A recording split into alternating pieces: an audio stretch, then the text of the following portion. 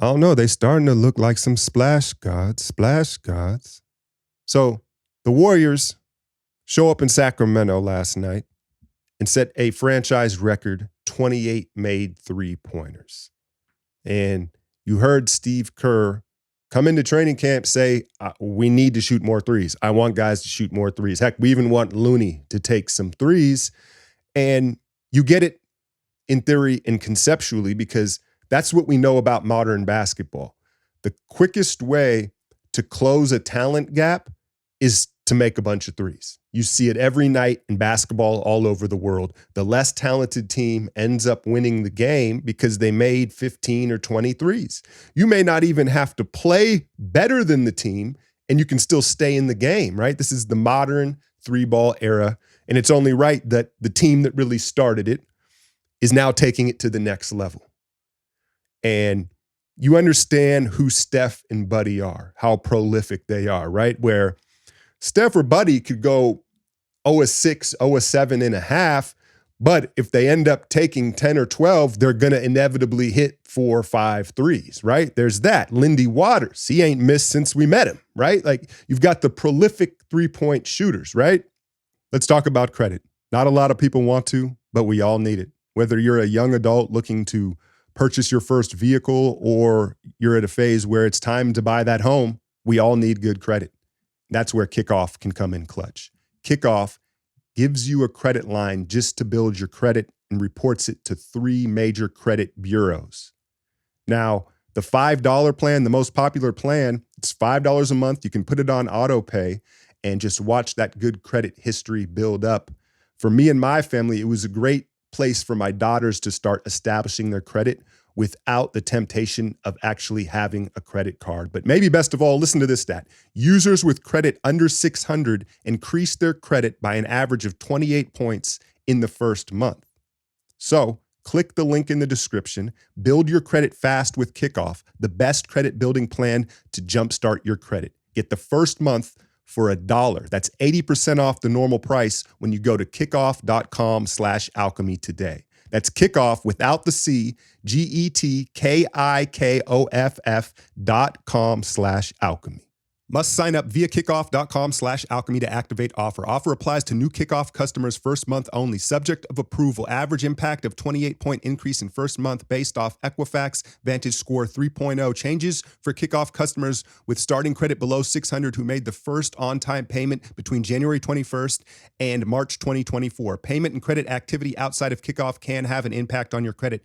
Terms, conditions may apply. Offers subject to change. Individual results may vary.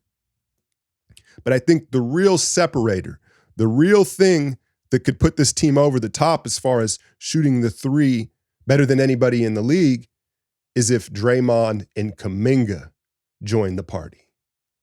And they were a part of the party last night. Let's start with Draymond. We talked about it for years, and you saw this last season, so this isn't a surprise. It's a mental thing with him as far as looking for his shot first, right? So many off times he catches the ball and he's looking to his left or his right, or he's looking to set somebody else up. When your shot is option B, it's very hard to find a rhythm, especially if you're not a true shooter. Last night in his 2 threes, I even slowed it down. It's in the breakdown today. Patron, link in the description. You can see him catch it, and on the catch, he immediately seams up and puts his hands like in a shooting position.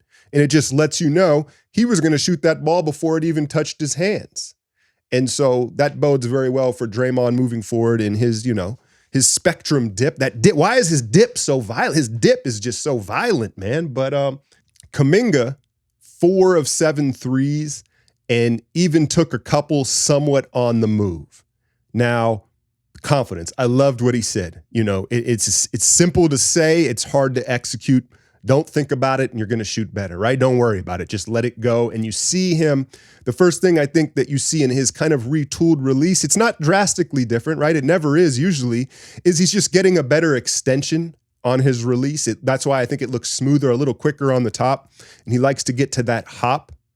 And that's good in certain circumstances. But you notice when Kuminga does miss, it's bad usually, right? It's like, whoa, like he'll hit the back of the rim, or it'll just like, it's a brick. He puts up a brick when he misses, right? And what I'm seeing is with Kuminga, he's letting the ball get into his palm. right? And you see here, if you're trying to throw anything, you want it to come off your fingertips, right? Your fingertips, dribbling, shooting, that's how you're going to have ultimate control of the basketball. And for whatever reasons, I think part of it is because when he catches on the catch, he wants to get right into it and he doesn't get his hand placement maybe all the way correct, especially with hop footwork, right? And so when he gets up into his release and it comes off his palm, he can't control the shot. And that's why you see those bricks in between the makes. But I mean, it looks good. It looks good. I don't know about like the split action stuff where he's like turning the corner on the move and you got to get your hips around to shoot the three. I'm not sure how efficient that will be for him at this point in his career. And what I'm thinking is he needs, again, the full extension on the release off the fingertips, but he needs his chest and shoulders to the rim. He needs to catch squared up, straight threes. He can be on the move a little bit, like he could be like sidestepping, but I think he really needs to keep his hips and his chest facing the rim. When you ask him to like turn and shoot like you see Steph and Buddy do, I think that's asking a lot at this point. The example I use, we've used this comp before with Kuminga, Kawhi. Now, not the same guy. I get it. That's asking a lot. I'm not saying it's going to be Kawhi, but when you think about the way Kawhi shoots threes, I think those are the type of threes you want Kuminga taking. Again, where you're squared up, straight ahead threes. It can be on the break. You can be moving along the break, but to ask for him to have his hips face the sideline and he's got to curl and shoot, I don't know if that's ideally efficient. It's all right now and then, but overall, I think you can't be mad at the way he shot the ball, at the way the whole team shot the ball, right? I mean, that was, you ain't going to get 28, but if they're averaging, 18, 23s, that's probably too much, right? Let's talk Pods a little bit here. He got the start and, asking him to guard De'Aaron Fox, not great, right? But we understand that's Wiggins' matchup. And I think what Pods showed last night and what I've believed for a while is he should be running the point guard for the second unit. He made a ton of great skip passes out of the pick and roll. And, for a young guard, he gets through his progressions very quickly, almost like Brock Purdy, right? Where especially when Steph's off the floor, because you understand, and I'll use the football analogy, right? Like if you're playing with Jerry Rice, if you're playing with Justin Jefferson, you might stay on that read, that progression a little longer because of who you're dealing with. And that same thing happens with Steph on the floor, rightfully so. It's like, you're waiting. Like, can he get open? Can he get open? And you're not going to like what's next in the set or phase of the offense. And so when you saw him in that second half with that second unit, how quickly he was making his first read, his second reads, right? And distributing the ball, I think that's the sweet spot for him, right? And I'm not saying he can't ever play with the first unit in this. I expect him to play heavy minutes like he did last year, but I think that's, I'm excited for that role. You got Trace as a vertical spacer, right? But I did, they said something about his shoulder, right? They said, Pods, he went to the locker room for his shoulder. He actually took a bow from De'Aaron Fox trying to take a charge, right? But, when they brought up the shoulder, I'm watching him try to flop over the top of a lot of these screens. And I think that you've got to be conservative when you do that, right? Because one, you usually don't get the call and now you've sold out the defense and someone's going to get an open shot. And two, it's an awkward collision. Ask Chris Paul. He played with Chris Paul last year. How many times have you seen a guy get banged up flopping over the top of a screen, right? And he already has a banged up shoulder. So I'd like to see him just be a little more conservative doing that, but I don't, the way he's wired, I don't know. He's going to go 100 no matter what, right? But I thought he was great in the point guard role. What else? Who else do we want to talk about on this one? Yeah, I think that's all I covered. DeAnthony Melton. I'm just going to watch. I don't got nothing to say. I don't want to jinx nothing or nothing like that, but I didn't know. Forgive me, sir. I was not familiar with your game. I thought I was. I didn't know he was that tight of a window shooter. Like he doesn't need much, right? Usually that archetype, like the 3-and-D guard, if you will, right? Usually their threes are kind of like wide open threes or corner threes. He's shooting it off the bounce. He's shooting it in tight windows and it passes the eye test. So, that again, another weapon. Let's talk a little bit about Sacramento. Obviously they bring in DeMar DeRozan and he is just tough twos, right? Tough twos DeMar. And, when he gets to his spot, you can forget about it. I don't know why guys don't. I know it's easier said than done, But if I had to try to guard DeMar DeRozan, I'm trying to affect his pickup, right? He has all those little waist pump fakes, and I'm trying to affect the pickup right here at his waist. Once he gets to the release, it doesn't matter. You can forget about it, right? But he got to his spots. It was super efficient. I think the thing with DeMar is he doesn't make others better, right? And ultimately, you end up trading a lot of tough twos for threes in today's game. So, I'm not saying he doesn't have value, right? But then you look at this Kings roster, do they have enough defenders? You've got Keon Ellis. They bring in Jalen McDaniels, right? Was he at Charlotte or Philly?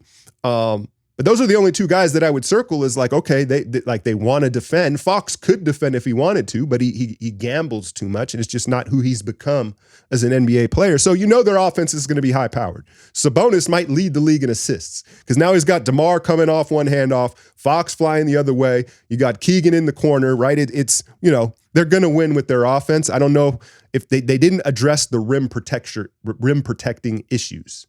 They didn't. So, it's gonna be a battle every time we see them 4 times a year. You know that, and Keon does guard Steph well. He does, but I don't know if they're gonna shoot with us. Right? This is a new look team and like Steve said, it's not all on Steph and Clay to make 5-6 threes. You can get it by committee now, right? If Buddy's off, maybe Melton's on, right, and vice versa. And so you have this depth. How about Lindy Waters? Yeah, man. I don't know how you can't be positive about things right now. I guess the one negative that I'm waiting to see, but if I'm being perfectly honest, Quentin Post hasn't looked great in his minutes, right? He's looking wobbly out there. Let's see if he can get through some nerves. But yeah, man. A good win, and this is the formula to overachieving, right? If they can defend, if you get enough defenders on the floor, and then you can make a bunch of threes, you can beat teams that you probably aren't supposed to beat or you don't have as much talent as, and you can tell that that's the formula right now. What else? We got Niners with the season on the line in Seattle tonight, so I guess I'll give my quick thoughts on what's been going on here. The offense, right? They've abandoned the run game, missing Christian McCaffrey in the red zone. Yeah, Kenneth Walker's probably going to look like prime AD tonight, right? With his speed and ability to break tackles and get to the edge. That's my biggest concern, along with Metcalf. What are you going to do? Well, Charvarius, I say guards, covers Metcalf pretty dang well. But yeah, I'm concerned with Kenneth Walker. Offensively, from a layman's perspective, my question would be to the football people that really understand X's and O's. Why don't they run the RPO with Brock, especially in the red zone?